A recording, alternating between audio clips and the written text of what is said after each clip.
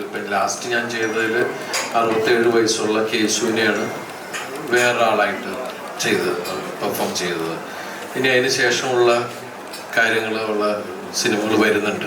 അത് നിങ്ങൾക്ക് എല്ലാവർക്കും ഇഷ്ടപ്പെട്ട പുതിയ തലമുറയുടെ തന്നെ ഒരു സംവിധായകനായിരിക്കും. അപ്പോൾ അത് സംസാരിച്ചുകൊണ്ടിരിക്കുകയാണ്.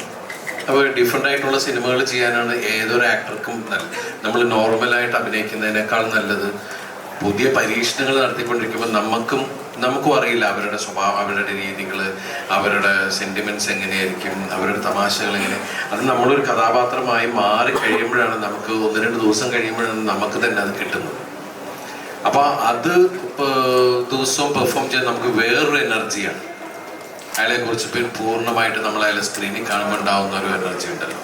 അത് പ്രത്യേകിച്ച് ആ സിനിമകളൊക്കെ പ്രിയപ്പെട്ട പ്രേക്ഷകർ അത് ഏറ്റെടുത്തതിലാണ് ഏറ്റവും വലിയ സന്തോഷം.